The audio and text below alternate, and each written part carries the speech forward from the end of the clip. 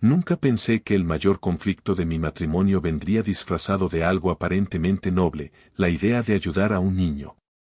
Siempre he apoyado las causas sociales, los programas de adopción y los hogares de paso. Pero lo que ocurrió con mi esposa no tenía nada que ver con altruismo, era una obsesión que empezó como una chispa y terminó incendiando todo lo que habíamos construido. Todo comenzó hace unos meses, cuando ella volvió de una reunión con una amiga de la universidad, Laura. Yo la conocía, una mujer muy carismática, siempre rodeada de gente, siempre con historias dramáticas que contar. Esta vez, la historia era sobre su hijo de 6 años, Mateo.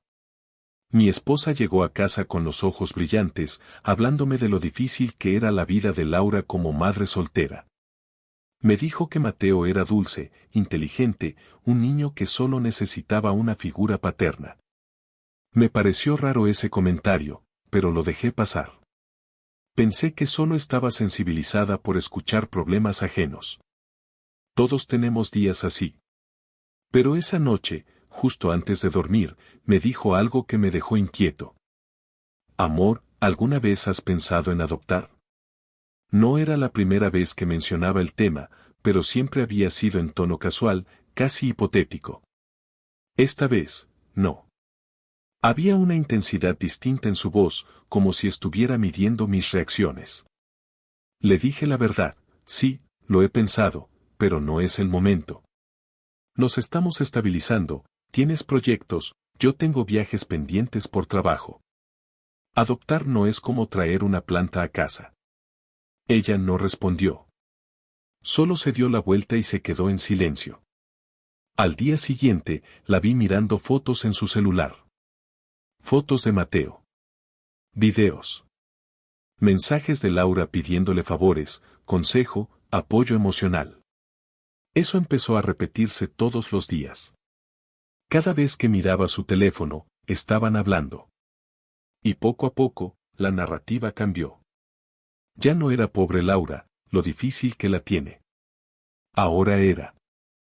Mateo necesita una familia real. Laura no puede con todo. Ese niño merece estabilidad. Nosotros podríamos darle una vida mucho mejor. Yo intentaba mantener la calma, pero empecé a notar comportamientos extraños. Mi esposa no solo hablaba de Mateo, hablaba de él como si ya fuera nuestro. Se refería a él como el niño, nuestro pequeño invitado futuro, el que podríamos ayudar. Un día, durante el desayuno, soltó.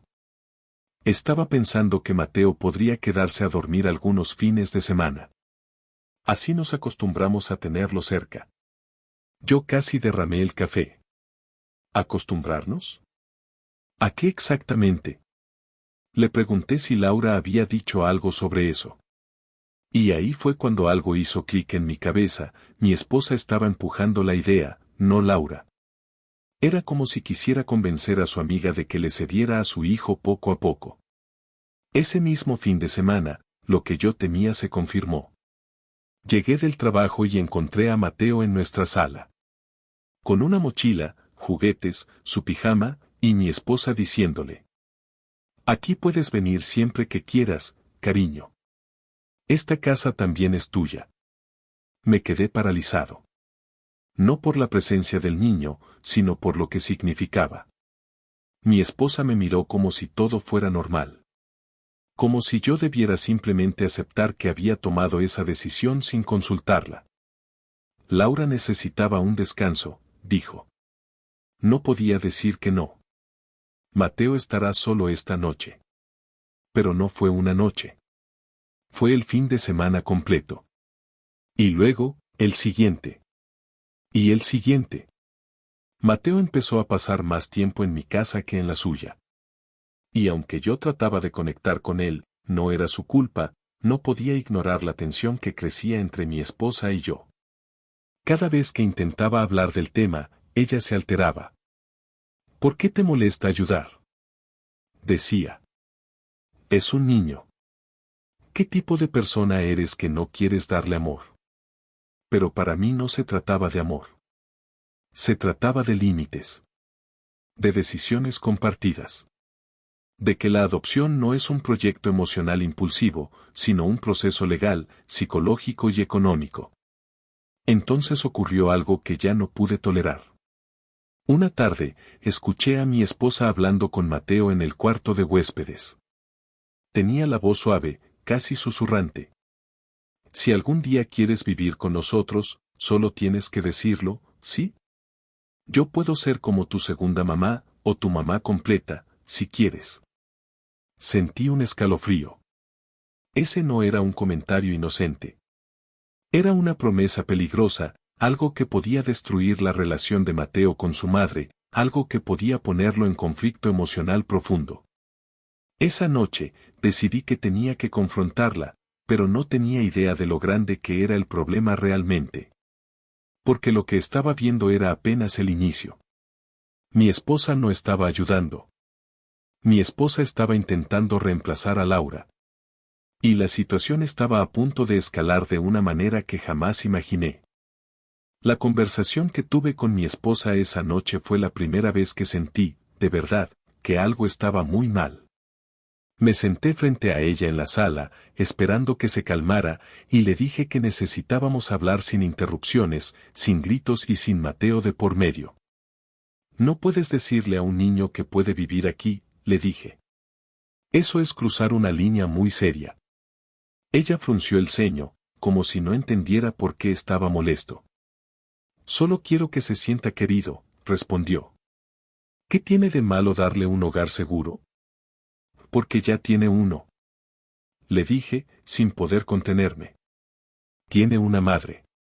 Una madre que confía en ti. ¿Te imaginas lo que pasaría si escuchara esas cosas? Mi esposa apretó la mandíbula.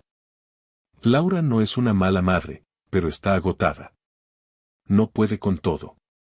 Yo estoy ayudando. Tú deberías ayudar también en lugar de hacer esto más difícil. Ahí fue cuando me di cuenta de que no estaba hablando con la mujer con la que me casé. Estaba hablando con alguien que había construido una fantasía en su mente. Una donde ella era la salvadora de Mateo. Una donde yo era un obstáculo. Los días siguientes fueron tensos. Mateo volvió a su casa, pero mi esposa seguía buscándolo constantemente. Videollamadas, mensajes, audios, regalos, visitas sorpresa. Laura parecía agradecida, pero también confundida. Más de una vez me preguntó: ¿todo está bien en tu casa? Tu esposa parece muy involucrada. Y yo, sin querer meterme en una discusión entre amigas, siempre respondía de forma diplomática. Hasta que un día, Laura me llamó directamente. Sin filtro. Sin rodeos. ¿Puedes hablar? Estoy preocupada, me dijo. Tu esposa quiere que Mateo pase más tiempo allá. Pero me pidió cosas que me hicieron sentir incómoda. Ahí sentí que se me tensó el cuerpo. ¿Qué cosas? Pregunté. Laura respiró hondo. Me preguntó si estaría dispuesta a dejar que Mateo se quede con ustedes por un periodo de adaptación. Dijo que sería mejor para su estabilidad emocional si fuera viviendo allá de a poco, como un proceso de adopción. Yo cerré los ojos y apoyé la mano en la frente. Era real. No era mi imaginación. Mi esposa estaba construyendo un plan de adopción informal a espaldas mías y de la madre del niño. Laura, yo no sabía de eso, le dije. No apoyo esa idea. Me voy a encargar de hablar con ella. Te lo prometo. Gracias, respondió. No quiero problemas, pero Mateo está confundido. Ayer me preguntó por qué no podía vivir con ustedes si allá tenía dos papás. Eso no lo inventó él. Sentí un nudo en la garganta. Mi esposa estaba manipulando emocionalmente a un niño. Esa noche, cuando ella llegó a casa, intenté hablar otra vez, pero no me dio oportunidad. Venía alterada, agitada, como si hubiera estado llorando. Apenas cerró la puerta, dijo. Laura me llamó llorando. ¿Te dijo algo, cierto? Me traicionaste. Yo no te traicioné. Respondí. Estás cruzando límites muy serios. No puedes planear una adopción sin que ella lo sepa, sin que yo lo sepa, sin ninguna autoridad legal. Yo sé lo que estoy haciendo. Gritó. Mateo está conectado conmigo. Él me necesita. Más que a ella. Ese fue el momento exacto en que sentí miedo. No por mí. Por Mateo. Porque mi esposa, la misma que un día quiso formar una familia conmigo, estaba dejando de ver la realidad. Laura no era una madre negligente, ni abusiva, ni irresponsable. Solo era una mujer que estaba haciendo lo mejor que podía. Y mi esposa se estaba aprovechando de esa vulnerabilidad. En los días siguientes, la tensión creció tanto que empezamos a dormir en cuartos separados. Ella se encerraba horas en el cuarto de huéspedes, el que ya consideraba como el cuarto de Mateo, reorganizando cosas, comprando juguetes, ropa, libros infantiles. Un día llegó a casa con una cama nueva. Es para él, me dijo. Tiene que sentirse cómodo cuando venga. Yo estaba perdiendo la paciencia. ¿Cuándo venga? Ya no va a venir. Laura está incómoda. Y yo también. Esto tiene que parar. Ella me miró como si yo fuera el enemigo. Tú no entiendes lo que es amar de verdad. Ese niño es especial. Y si Laura no puede darle la vida que merece, ¿por qué no puedo dársela yo? Porque no es tu hijo. Le dije con desesperación. Pero ella ya estaba demasiado lejos en su fantasía. Y entonces ocurrió lo peor, un día desapareció por varias horas sin avisar. No respondía mensajes, no contestaba llamadas. Yo estaba a punto de llamar a la policía cuando finalmente apareció en la puerta con Mateo de la mano. El niño venía con una pequeña maleta. Y mi esposa, con una sonrisa que me heló la sangre, dijo. Hablé con él. Dijo que quiere quedarse. Así que hoy empieza todo. Era la primera vez que sentí que mi matrimonio estaba realmente en peligro. No porque discutíamos, sino porque mi esposa estaba tomando decisiones que podían considerarse secuestro emocional, y, dependiendo de cómo hubiera pasado todo, incluso algo peor. Lo que venía después iba a cambiarlo todo. Y no solo para nosotros, sino también para Laura, y para Mateo. Nunca voy a olvidar la imagen de mi esposa entrando por la puerta con Mateo tomado de la mano, como si estuvieran empezando una nueva vida juntos. No era una visita inocente. No era una tarde de juegos. Ese niño venía con una maleta. Venía preparado para quedarse. Yo me agaché frente a él, intentando mantener la calma. Mateo, ¿dónde está tu mamá? Pregunté suavemente. Él bajó la mirada. Mi mamá dijo que podía venir, que no se enojaba, murmuró. Pero su voz quebrada revelaba otra cosa, estaba confundido. Tal vez asustado. Tal vez le habían dicho algo que él no entendía del todo. Me incorporé y miré a mi esposa, esperando una explicación razonable. No la hubo. Hablé con Laura, dijo ella, evitando mi mirada. Me dijo que necesitaba tiempo. Que Mateo podía quedarse el fin de semana. Instintivamente, marqué el número de Laura frente a ella. Yo no confiaba en una sola palabra. Sonó una vez. 2. 3. Hasta que contestó. Hola. Laura, soy yo. Solo quería confirmar que Mateo está acá porque tú lo autorizaste. El silencio al otro lado de la línea fue inmediato y ensordecedor. ¿Cómo que está ahí? Preguntó con un tono que me heló la sangre. Pensé que estaba contigo. Tu esposa vino hace una hora diciendo que tú lo necesitabas para algo urgente. Sentí que el piso se me movía. Miré a mi esposa, incrédulo, mientras ella retrocedía un paso. Laura, ya voy para allá, garantizó. No te preocupes, lo llevo en 10 minutos. Pero Laura no estaba tranquila. Estaba furiosa. Y con razón. Cuando colgué, encaré a mi esposa. ¿Qué hiciste? Y ahí, se quebró. Las lágrimas le cayeron de golpe, pero no eran las lágrimas de alguien que cometió un error. Eran las lágrimas de alguien que había sido descubierto. Yo solo quería demostrarle a Laura que Mateo estaría mejor con nosotros. ¿Secuestrándolo? Respondí, sin poder creer que tenía que decirlo. ¿Te escuchas? Lo sacaste de su casa con una mentira. Eso es gravísimo. Ella se tapó la cara con las manos. Laura no sabe lo que es mejor para él. Gritó entre sollozos. Yo sí. Yo lo sé. Él necesita una familia de verdad. Yo respiré profundo, tratando de no gritar también. Mateo nos miraba desde el sofá, con los ojos grandes, confundido, agarrando su maleta como si fuera un salvavidas. Mi amor, le dije con voz suave, vamos a llevarte con tu mamá, ¿sí? No has hecho nada malo. Él asintió despacio. Mi esposa, en cambio, se negó. No lo voy a devolver. No puedo. Si lo hago, Laura se va a cerrar completamente. Ella no puede criarlo sola. No puede. No es tu decisión, respondí con firmeza. Y si no lo devuelves tú, lo haré yo. Ella comenzó a temblar, como si estuviera al borde de un colapso. No entiendes. Mateo es la respuesta. Es lo que nos faltaba. Es lo que yo necesito. Y ahí, por primera vez, entendí la verdad, mi esposa no quería adoptar a Mateo por él. Lo quería por ella.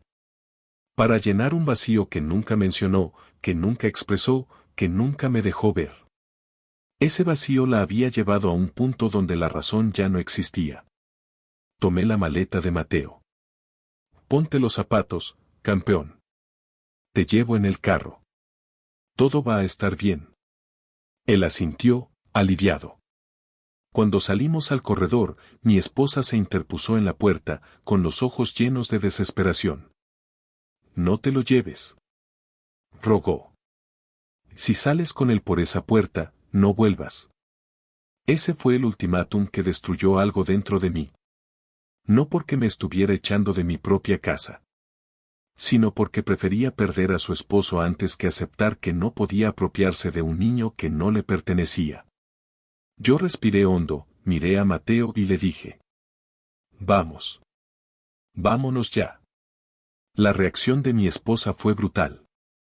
Golpeó la pared, gritó, lloró, se desplomó en el piso. Pero no podía permitir que un niño pagara las consecuencias de su crisis emocional. Lo llevé en el carro en silencio. Cuando llegamos, Laura salió corriendo, lo abrazó con fuerza y lo levantó del suelo. Temblaba. ¿Estás bien? ¿Te dolió algo? ¿Te asustaste? Mateo rompió a llorar en su hombro. Y yo, tuve que contarle a Laura todo lo que pasó. Sin adornos. Sin excusas. Sin proteger a mi esposa. Cuando terminé, Laura solo dijo: Necesito pensar qué voy a hacer con esto. Porque lo que mi esposa había hecho no solo era grave desde lo emocional. Era grave legalmente. Y esa noche, cuando regresé a casa, ella no estaba. Había desaparecido otra vez. Excepto que esta vez, dejó una nota en la mesa. Y lo que decía ahí cambió por completo el rumbo de nuestra historia. La nota estaba sobre la mesa, doblada en 4, como si ella hubiera querido despedirse, pero sin el valor de hacerlo en persona. La abrí con las manos temblorosas, todavía con el eco de los gritos y del llanto de Mateo resonando en mi cabeza. Necesito tiempo para pensar. No entiendo por qué todos están en mi contra. Yo sé lo que Mateo necesita. Yo sé lo que es mejor. No puedo con todo esto. No me llames. Eso fue todo.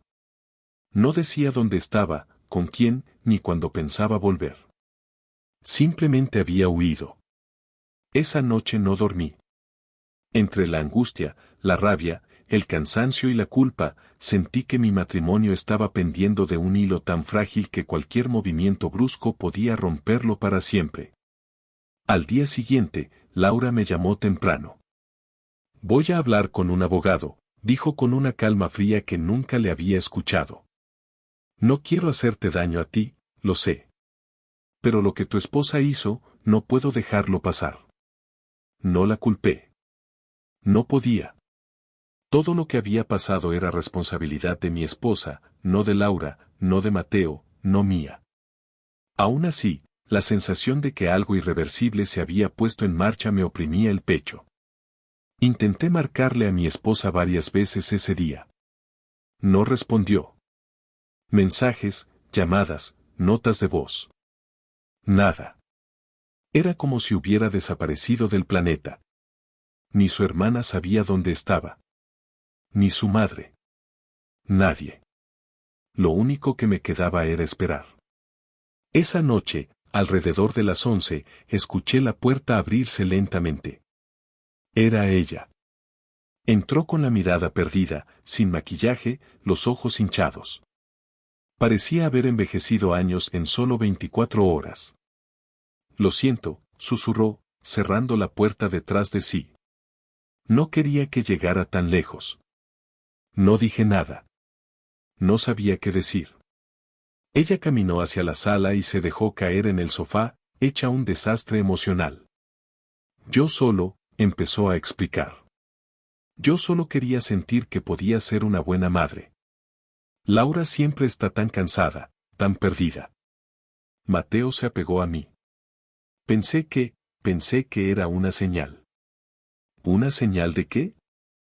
Pregunté, con un nudo en la garganta.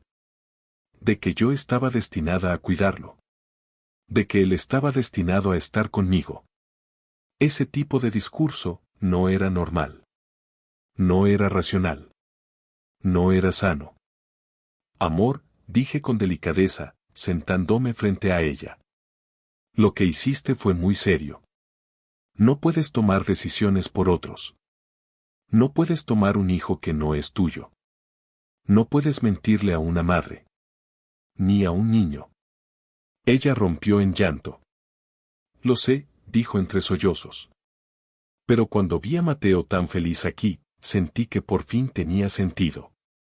Sentí que yo servía para algo. Que podía dar algo importante. Me aferré demasiado. Lo sé. No podemos reemplazar a alguien porque creemos que merecemos su lugar, le respondí. Y no podemos usar a un niño para llenar vacíos que no hemos enfrentado. Ella se cubrió la cara. ¿Crees que necesito ayuda? Preguntó, con miedo real en la voz. Creo, respondí con sinceridad, que necesitas hablar con alguien. Un profesional. Y creo que si no lo haces, podrías lastimarte, o lastimar a alguien sin querer. No lo dije con odio. Lo dije con dolor. Porque amaba a mi esposa.